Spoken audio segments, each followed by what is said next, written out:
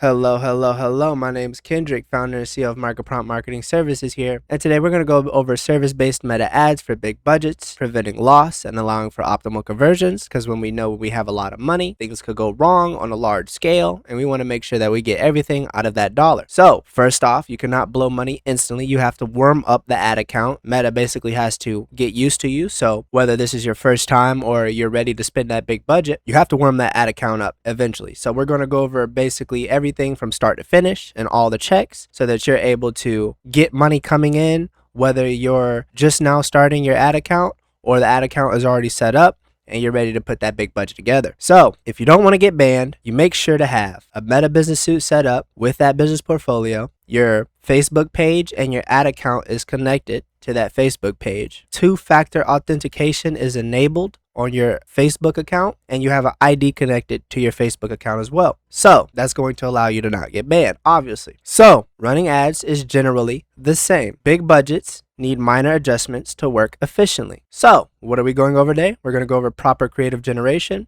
campaigns, the campaign settings, and a dedicated page so that you know exactly from the ad being created, the campaign that's hosting the ad, and where they're going after they click the ad, which is the whole thing. Right? We're not going to complicate this. So, proper ad creative generation. This is your ads. These are bad examples. We do not want to make flyer ads, right? A lot of information, it may be right. You may be giving an offer here. You might have, why choose us? This is something that you put on your landing page. This is something that you can make out of an ad, but necessarily with everything else going on with this ad, too much, right? And then it's a little bit of both, right? These you can put on your landing page. This you shouldn't even be advertising. So these are cluttered. You want to go for simplicity because when people are on their phone scrolling, they have a fifth grader attention span, right? You have all of this, but it's all compacted into something that they're digitally able to perceive. When making these creatives, you want to follow this checklist. You want to have a bait and an offer, which is something you're giving up. In this case, we have a free roofing estimate. Free estimates is amazing, right? You don't lose much. The only thing you do is show your expertise in diagnosing their problems, and they will probably pay you right after to fix that problem that you just diagnosed because you're showing your expertise, right? So we got 100% off here on this ad, right? That's their bait, that's their offer. It also has a good design, right? Not too cluttered like these other ads. We have a good, sleek design. And then also you're going to integrate that copywriting, which is the copy at the top or the copy that they read when they know that the video or that ad may apply to them, right? If you have a house and you see something that they're selling for houses, you're going to be interested. And so when you get that bait and you mix that copywriting, they're going to want to click the ad, right? So those are the main parts that you would have to integrate, right? We know how to create an offer. Again, go watch our other videos. We know that we need a sleek design because I've just integrated that, right? We don't need all this flyer stuff. The copy is what we need to check on. So how do we rank the copy for these ads? But what's the copy? What's the words that we could put on the ad, on the primary text, the headline description that they ask for? What is the words that we can use to basically get them into buying into? We need to get them to click. So first you have to call them out. Who are they? Where are they? Right? I live in North Carolina, so you would say Raleigh homeowners, right? If that's your service area, right? Call them out. You understand their issues, right? You understand the problem. That's why you made a business in the first place. So describe their situation, describe their issues, right? You understand the issues. Now you're going to describe their issues, and then you're going to provide your solutions, which is your services, and then you give them a call to action. So it would be like Raleigh homeowners. Don't want to power wash your house? You're just tired of driving past your house dirty, right? Come to X, Y, and Z. We have X, Y, and Z, right? All your solutions to make their house clean. Book now. Now, I'm not saying it's going to be that simple, but for the video's sake, you will follow it just like that. Again, there's multiple different connection approaches that you can make with the ads, right? You can sell offers, you can sell emotions and how they might feel good, and you can also sell comparisons because we make comparisons all the time, whether we're eating or putting on clothes, we make comparisons. Which one would be better, right? If you paint yourself as the better person, click. If you show emotions and then they have an issue, click. If you give an offer, click. And then you can mix these offers with the emotions, with the comparison, and you have a double down amazing ad, right? And so that's getting the clicks. Now we need to understand the campaigns and the positioning. You should be testing 3 to 4 ads bi-weekly minimal. If the ads don't scale, you need to test more. Now your budget And your accuracy with these ad creatives, if you're making them properly, they vary, right? I'm not going to say that it's not scaling because you're not testing enough. The ad might just be bad, or your budget might not be high enough, or I don't know, right? There's plenty of factors within marketing, which is why we have to follow this so strictly. So, your testing campaign. This is where your new ads is going to go. You're posting 3 to 4 bi-weekly, which you're uploading into here. This is less of your ad spend. This is 35% or less. Now, you drop the ads when they're not performing from the jump, right? And so what happens is when you have those ads that are essentially spending way more than the others, you move those up to the scaling campaign because they're obviously performing. People are clicking on the ad. You made a good ad. You made a good shot, because ads are like shots. Even a professional marketeer like me can make a bunch of ads and it's still not hit green, right? So we upload plenty different genres of ads, different sections of ads, different collections of ads, and we basically make a bunch of shots at once so we can at least hit one. And then that ad, we ride it all the way into the scaling campaign, at which this is where you're going to basically scale the ads until they stop working. And so ensure ads move up, right? You're going to ensure that the ads from the testing campaign that are obviously winning is going to move up, and this is where you're going to scale them. And you drop the ads when they stop spending. And again, this is your scaling campaign. So you're going to put most of your budget here so that it can scale as much as possible, 65% or more. And so that's removing the unused. Let's talk about some campaign settings, some tweaks that you can enable to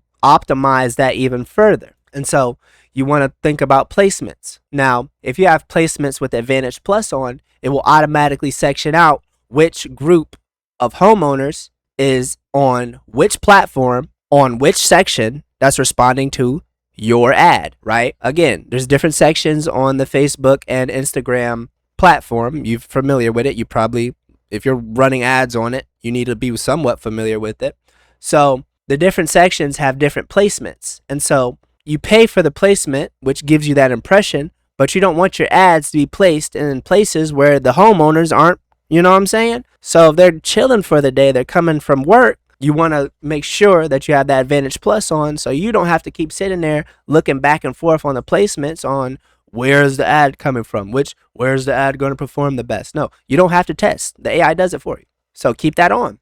And when you're putting in the locations, when you're in the settings, you want to disable reach more people who are likely to respond to your ads, because this is going to recommend your ad to people who are familiar or who have been interested in that location, but they're not exactly living there. We need their data to be there. We need their location to be there so that you can actually service them.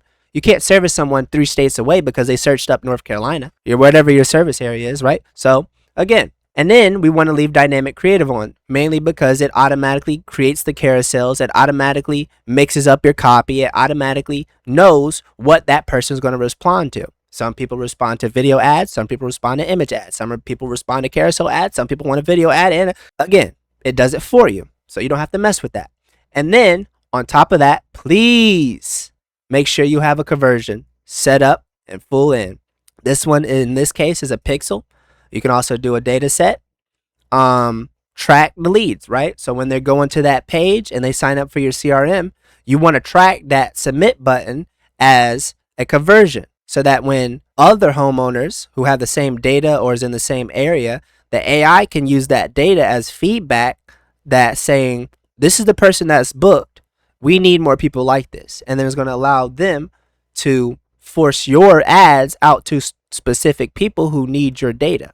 So you're not losing money. Again, these are the tweaks that we need when we have these big budgets so that we make sure that all of the money is allocating to the proper area, the proper people, the proper jobs. We're getting more conversions. And so that's appeal to the prospects, and that's how you track conversions. So your dedicated page where they convert. Landing pages. If you're doing any sort of paid marketing, you need a landing page if you're selling a service, because again, we're not selling a product, so they can't just get lost in all of our products. And on top of that, if you have a website like this where you might be running local service ads or PPC where people are actually searching up an issue and getting your website as a solution, then sure, they can navigate through your website because they're aware of their issue and they're going to go after you and solve it.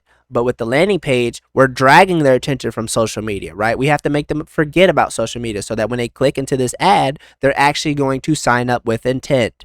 And that's the point that we want to drive, because we do not want them to get distracted. That is our whole point here. Do not let them get distracted and guide them. We have to brainwash them. That's what marketeers say. So your landing page and your CRM and your headline is the first thing that they're going to see. You need a strong claim to grasp them. Again, we do not want them to get distracted. The professional approach to a clean X, Y, and Z. When you make it about you or your, and you add those copywriting elements, you're going to be talking to the prospect. It's going to be like the whole page is for them. It's going to be like the whole ad is for them. And guess what? They're going to feel normalized and they're going to buy into your services. And so you have the CRM here where you collect their data, obviously, and then you want to have a good headline. You want to go on and make sure that they know what this whole page is about. If it's your next steps to a professional lawn, or your next step to an outstanding lawn, and they know that their whole HOA is going to be jealous, so be it. Let's get it done. And that's exactly how they're going to feel when they click that ad. You got the good copy, you got a good ad, and you got a good offer. So they're already going to be interested. You got a good claim on your page as soon as they open it, so it's grasping them even further. So they're just wrapped around your business at this point. You're talking to them with you and your, so the copywriting has you and your on it. You're talking specifically to the prospect, and you never want to let that go. You never want to let that go. And so now you want to also make sure you have that bait and offer on your page as well. You want to have that free estimate that you promised them. You want to offer that $100 off. You want to track that. Don't be having people coming through your CRM and you don't even have the bait and the offer set up and you lying to them. That's just bad business. Come on now. And now you want to add certain elements to your landing page that is supportive, right? Location, services, work areas, jobs that you did before. All of that stuff works. And you also still want to keep copywriting elements when you're talking to them about these things that you've done, these supportive things, to basically allocate why to buy into your services. Here, why choose us? They start having photos of different jobs and certain things that they focus on, right? And so you're talking to them. They click the ad. They know it's about them. They get grasped by the headline. The copywriting is you and your. The page is showing off your services.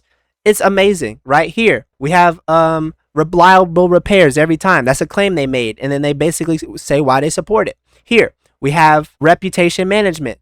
The last element, and probably the most important element that you need to add to your page. You need to add to this page, and that's why supportive is more so a collection of different stuff that you can add to your page. But that reputation management is important, because if you have the stars to support it, winning landing page. It doesn't take much, but you should know what to do, right? Doesn't take much, but you should know what to do. And so once you connect your Google Business Profile there, you can also automate reviews through there. So you're getting more conversions by showing your reviews, your Google Business Profile, and then you're also getting more reviews if you regulate that. I mean, we're winning. That's your conversions. And so what did we go over? We went over the proper generation for the ad, right? So they click. We went over proper campaigns, right? You have the starter campaign, the little testing campaign, and then you have the scaling campaign, right? We have the campaign settings so that we know that we can track them. And on top of that, we can feed the data to the AI and get the AI to only give us who we're looking for. So now we have who we're looking for. We have a proper ad, and then they're going to a proper page, and then they're just converting.